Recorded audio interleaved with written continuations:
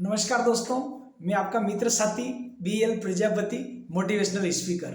आज आपके बीच में विषय लेकर आया हूँ, हानेस्ट इज द बेस्ट पॉलिसी। दोस्तों, आपकी जो ईमानदारी की जो नीति है वो सबसे अच्छी होना चाहिए। दोस्तों आइए इसके ऊपर एक प्रकाश डालते हैं। दोस्तों, जीवन में कोई भी हम सिद्धांत हो, हमारा जीवन में अगर हमारा मानव जीवन की उन्नति हो, यदि हम प्रोग्रेस चाहते हैं तो हर कार्य आपको व्यवस्थित करना पड़ेगा।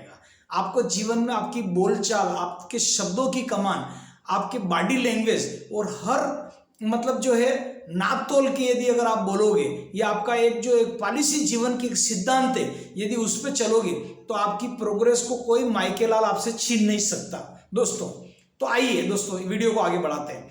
दोस्तों, आप यदि एक कप चाय पीते हैं तो आप बताइए कैसे चाय बनती है। उसके अंदर हर चीज एक कॉम्बिनेशन से डाली जाती है। आप एक कप चाय भी बनाते हैं या कई दुकान पे पीते हैं कहीं भी, तो एक सुपर पीना पसंद करते हैं। तो एक कप चाय भी यदि घर पे अगर श्रीमती जी बनाती है या आप बनाते हैं तो उसके अंदर अदरक, शक्कर, चाय पत्ती, दूध आप एक कॉम्बिनेशन से उसके अंदर डालेंगे बराबर बराबर मात्रा में। न शक्कर ज्यादा, न अदरक ज्यादा, न चाय की पत्ती ज्यादा। फिर उसको उसी टेम्परेचर से गर्म करेंगे जो कि एक कड़क और व्यवस्थित, ज्यादा मीठी न ज्यादा फीकी, क्योंकि एक कॉम्बिनेशन होगा तो वो चाय अच्छी रहेगी। तो जब जीवन में आप एक कप चाय कॉम्बिनेशन बना के पीते हैं, अनुपात सारा व्यवस्थित डालते हैं, तो आपका जीवन का कोई प्रोग्रेस नहीं होना चाहिए। आपके उठने का टाइम, सोने का टाइम, भोजन का टाइम, समय की एक एक मिनट पर आपकी कमान होना चाहिए कि कहाँ मेरा व्यर्थ समय जा रहा, कहाँ नहीं,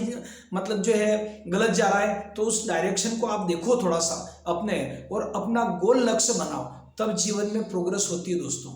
और आपकी कोई पॉलिसी नहीं, आपने जो बोला है आपकी कथनी करनी में अंतर नहीं होना चाहिए। जो आपने बोला है, आपकी जीवन से जो बात निकली वो लगभग 100% आपका प्रयास रहे कि सत्य ही रहे, क्योंकि सत्य को याद करना नहीं पड़ता है और झूठ को बार बार याद करना पड़ता है कि मैंने कल क्या बोला, अब उसकी सफाई क्या देना है। इसलिए सत्य सत्य होता है। हानेस्ट इज द बेस्ट पॉलिसी। इसीलिए दोस्तों इस वीडियो का नाम दिया गया है कि आप जो भी बोले सच बोले, नाप तोल के बोले और सही बोले, तो दोस्तों जीवन में आपकी प्रोग्रेस निश्चित होगी। अब मैं आपको बताऊं कि क्या अगर जो सही मापदंड पे चले और उनकी प्रोग्रेस नहीं हुई, मैं आपको कुछ उदाहरण देना चाहूंगा संतों के। आइए सबसे पहले मैं कबीरदास जी के बोलाऊं। कबीरदास जी एक ऐसे संत थे जो हिंदू मुस्लिम दोनों ने उनके ऊपर अधिकार जमाया और दोनों ही उनसे प्रभावित थे। और कबीरदास जी का धंधा क्या था दोस्तों, पता है आपको? वो कंबल का धंधा करते थे, शाले वगैरह, वो कंबल बेचते थे और उससे रोजी रोटी उनकी चलती थी। लेकिन जीवन में सिद्धांत के पक्के थे। तो आज कबीरदास जी कोई पढ़े नहीं ज्यादा, लेकिन उनकी जो दोहे सोरठे उनके जो भी उन्होंने लिखे गए, लेकिन आज उनके ऊपर हजारों लाखों लोग PhD कर रहे हैं कबीरदास जी के ऊपर। तो हानेस्ट इज द बेस्ट पॉलिसी। आइए दूसरे संत की हम बात करते हैं, संत रविदास जी। संत रविदास जी दोस्तों, धंधा कोई छोटा या बड़ा नहीं होता, वो चरण पादुका की सेवा करते थे। जूतों के पालिश आलिश करना, उनको सीना करना, उन्होंने अपने कार्य को भगवान का स्वरूप माना और जीवन भर चरण पादुका की सेवा करके अपना जीवन मतलब उन्होंने गुजारा है। तो क्या संत रविदास जी आज पूजनीय नहीं है? दोस्तों लाखों लाखों करोड़ों करोड़ों लोग संत रविदास जी के पद चिन्हों पे चल रहे हैं। तो कार्य कोई छोटा या बड़ा नहीं होता, लेकिन वो पूजनीय हो गए। आज रविदास जी की तो जयंती मनाई जाती है, उनकी जगह जगह उनका पूजा अर्चना होता है, कबीरदास जी का होता है। तो ये क्यों पूजे गए दोस्तों? क्योंकि उनकी कार्य प्रणाली ऐसी है। आप मुझे बताइए कि कोई करोड़पति अगर कोई व्यक्ति है तो क्या वो पूजनीय हुआ है क्या? धीरू भाई अंबानी जी के पिताजी या उनके पिताजी या उनके पिताजी, कोई भी मान लो, क्या कोई पूजनीय होता है? अरबोपति खरबोपति या कोई एक्टर्स हो जिसने कोई फिल्मी क्या बोलते हैं हिट दी हो, पिक्चरें वगैरह जो भी है, तो क्या वो पूजनीय हो गया? उनका नामो निशान खत्म हो गया। प्रधानमंत्री का नामो निशान खत्म हो गया। मुख्यमंत्री का हुआ, क्यों? कि वो पूजनीय नहीं कहलाते। उन्होंने सरकार चलाई है, उसके बदले में उन्होंने कुछ लिया है, लेकिन संत महात्मा ने लोगों को भला किया, कल्याण किया, इसलिए वो पूजनीय हो गए। गुरु नानक दास जी के आज तो ग्रंथों को सुन के हम उनकी पवित्र वाणी से तृप्त हो जाते। गुरु नानक जी ने उनकी जो अमृतवाणी, दूर दूर तक कई संत महात्मा उनका गुणगान करते, कारण कि उन्होंने लोगों को दिया है और एक सत्य की राह पर चलें। गुरु नानक जी के बारे में बताऊं कि वो पेशे से दर्जी थे, सिलाई करते थे, उन्होंने कपड़ा मतलब जो है सिल कर लोगों की सेवा करी।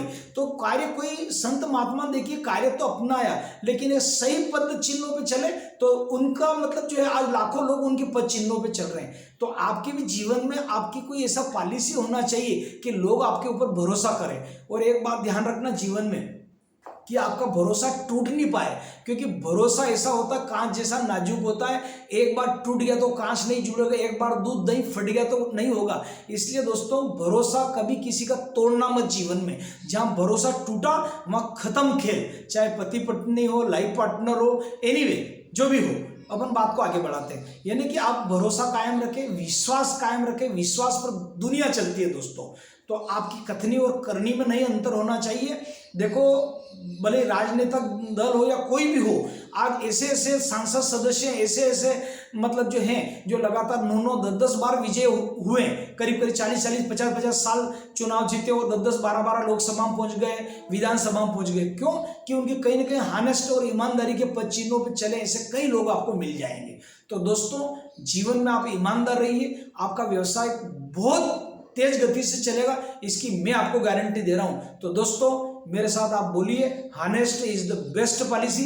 वीडियो कैसा लगा दोस्तों? खाली सुनना ही नहीं, इसको लाइक तो बनता है। मैं आपके लिए इतनी अच्छी अच्छी चीजें लाइक का बटन को आप प्रेस कीजिए, और मेरे YouTube जो लिंक है हमारी BL प्रजापति मोटिवेशनल स्पीकर, इसको सब्सक्राइब करें दोस्तों। मोटिवेशनल चैनल मेरा BL प्रजापति को सब्सक्राइब करें, लाइक करें, शेयर करें। पुनः नए वीडियो को लेके मिलते हैं। आपका नया वर्ष जो आनंद में रहे, मंगल में रहे। 2024 की मैं आपको शुभकामना देना चाहूंगा कि भगवान आपको खूब प्रोग्रेस दे जीवन में, और आप इस वीडियो से प्रेरणा ले कि नया जीवन आपका उत्साह उमंग से रहे। आप जल्दी उठे, गोल बना के काम करें, शिद्दत से करें, मेहनत से करें, जो भी करें कमाल का करें दोस्तों। तो निश्चित रूप से आपको जीवन में आगे बढ़ने से कोई नहीं रोक सकता। आपका सफलता तेरे चरण छुएगी, आज नहीं तो कल। बस दोस्तों इस बात को आप याद रखना। जय हिंद, हैप्पी न्यू ईयर।